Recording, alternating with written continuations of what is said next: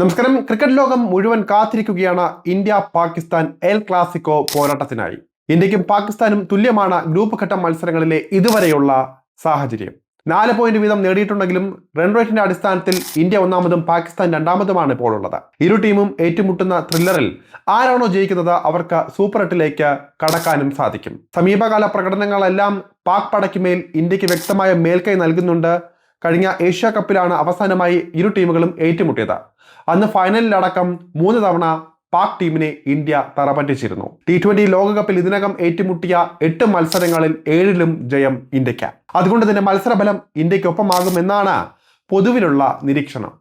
എന്നാൽ പാകിസ്ഥാൻ ടീമിനെ ഈ കണക്കുകൾ വെച്ച് മാത്രം എഴുതി തള്ളാനാകില്ല എന്ന് ഓർമ്മിപ്പിക്കുകയാണ്. ചില കാര്യങ്ങൾ പാകിസ്ഥാന് വളരെയധികം അനുകൂലമാകുന്നുണ്ട്. കൊളംബോയിലെ പ്രേമദാസ സ്റ്റേഡിയമാണ് പാകിസ്ഥാന്റെ ആദ്യത്തെ അഡ്വാൻറ്റേജ്. ഈ ലോകകപ്പിൽ ഇതിനകം 2 മത്സരങ്ങൾ ഈ സ്റ്റേഡിയത്തിൽ കളിച്ചു കഴിഞ്ഞു പാകിസ്ഥാൻ. ഇവിടുത്തെ പിച്ചുമായും അവിടുത്തെ സാഹചര്യങ്ങളുമായും കൂടുതൽ പൊരുത്തപ്പെട്ടിട്ടുണ്ട് ടീം. എന്നാൽ ഇന്ത്യയെ സംബന്ധിച്ച നാട്ടിൽ തന്നെയായിരുന്നു 2 മത്സരങ്ങളും കളിച്ചത്. കൊളംബോയിലെ വ്യത്യസ്ത പിച്ചിൽ എത്തുമ്പോൾ കാര്യങ്ങൾ ഇന്ത്യക്ക് അനുകൂലമല്ലാതായേക്കാം. ഇനി പേടിക്കുന്നത് പോലെ മഴ പെയ്യുകയാണെങ്കിൽ പിച്ചിന്റെ സ്വഭാവം തന്നെ മനസ്സിലാക്കാൻ കഴിയാതെയും വരും. സ്പിൻ ബൗളിങ്ങിനെ വളരെയധികം തുണയ്ക്കുന്നതാണ് കൊളംബോയിലെ പിച്ച് എന്നത് ഇതിനോടകം തെളിഞ്ഞതാണ്. മികച്ച സ്പിന്നർമാരുടെ വലിയ നിരയാണ് പാകിസ്ഥാനുള്ളത്.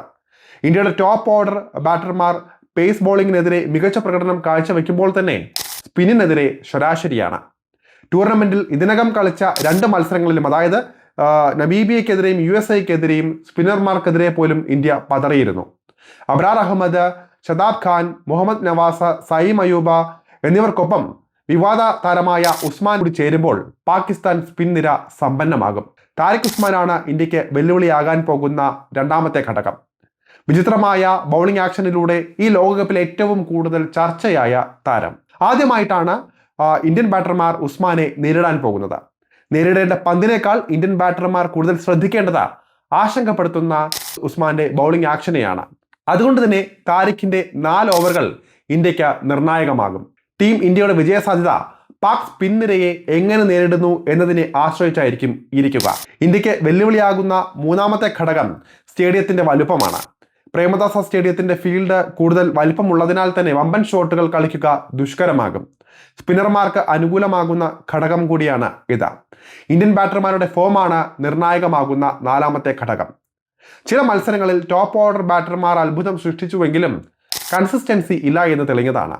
മലയാളി താരം സഞ്ജു സാംസൺ ഒഴികെ ബാക്കിയുള്ളവരെല്ലാം മികച്ച രീതിയിൽ ബാറ്റ് ചെയ്ത് വന്നിരുന്നവരാണെങ്കിൽ പോലും ലോകകപ്പോടെ ഈ ചിത്രമാകെ മാറുന്നതായിരുന്നു കണ്ടത്. ഇഷാൻ കിഷന്റെയും അഭിഷേക് ശർമ്മയുടെയും വിക്കറ്റുകൾ ആദ്യം തന്നെ നഷ്ടമായാൽ ഇന്ത്യക്ക് കാര്യങ്ങൾ കൂടുതൽ കടുപ്പമാകും. തിലക് വർമ്മയെ വിശ്വസിച്ചിറക്കാൻ ഇന്ത്യക്ക് പറ്റിയെന്ന് വരില്ല. കരുതലോടെ ബാറ്റ് ചെയ്യുന്ന തിലക് സ്ലോ ഇന്നിംഗ്സ് ആണ് കഴിഞ്ഞ മത്സരങ്ങളിൽ കാഴ്ചവെച്ചത്. റിങ്കു സിംഗും ശിവം ദുബൈയും ഫോം കണ്ടെത്താൻ പ്രയാസപ്പെടുന്നവരാണ്. ലോകകപ്പിന്റെ സമ്മർദ്ദം, പാകിസ്ഥാനെതിരെയാണ് പോരാടുന്നത് എന്ന ചിന്ത തുടങ്ങിയവയെല്ലാം വെല്ലുവിളികളായി ഇവർക്ക് മുന്നിലുണ്ട്. പാകിസ്ഥാനും ഇന്ത്യയും വളരെ പ്രാധാന്യത്തോടെ ഉറ്റുനോക്കുന്നതാണ് ഇന്ത്യക്കെതിരാകുന്ന 5ാമത്തെ ഘടകം. അഭിഷേക് ശർമ്മ. കടുത്ത പനിയും അണുബാധയെയും തുടർന്ന് അഭിഷേകിന് ഫിറ്റ്നസ് ലെവൽ വല്ലാതെ താണുപോയിരുന്നു. ഇതിനുശേഷം എത്തുന്ന ആദ്യ മത്സരം കൂടെയാണ് പാകിസ്ഥാനെതിരെ. അഭിഷേക് കളിക്കാൻ ഇറങ്ങിയാലും എത്രമാത്രം ഫിറ്റായിരിക്കും എന്നതും കണ്ടറിയണം. എല്ലാത്തിലും ഉപരി പാകിസ്ഥാൻ ടീം ഘടനയെയും എഴുതി തള്ളാൻ കഴിയില്ല. ബാലൻസ് ഉള്ള ടീമിനെ തന്നെയാണ് ഇത്തവണ ലോകകപ്പിൽ പാകിസ്ഥാൻ ഇറക്കിയിരിക്കുന്നത്. മുൻ ക്യാപ്റ്റനായ ബാബർ അസമിനെയും ഓൾറൗണ്ടർ ഷദാബ് ഖാനെയും തിരിച്ചു വിളിച്ചത് പാക് ടീം ഒന്നും കാണാതെയായിരിക്കില്ല. ഇവരുടെ അനുഭവ സമ്പത്തും ടീമിന് നിർണായകമാകും. ചിരവൈരികളുടെ പോരാട്ടം തന്നെയാണ് ഇത് എന്നതിൽ യാതൊരു തർക്കവുമില്ല. എന്നാൽ കളത്തിലെ പ്രകടനമാണ് ചർച്ചയാക്കേണ്ടത്. എതിരാളികൾ കൂടുതൽ വെല്ലുവിളിയാകുമ്പോഴാണ് ഏതൊരു മത്സരത്തിലും ആവേശം കൂടുന്നതും. അങ്ങനെ നോക്കുമ്പോൾ ഏറ്റവും മികച്ച മത്സരം തന്നെയാകും നടക്കാൻ പോകുന്നത്.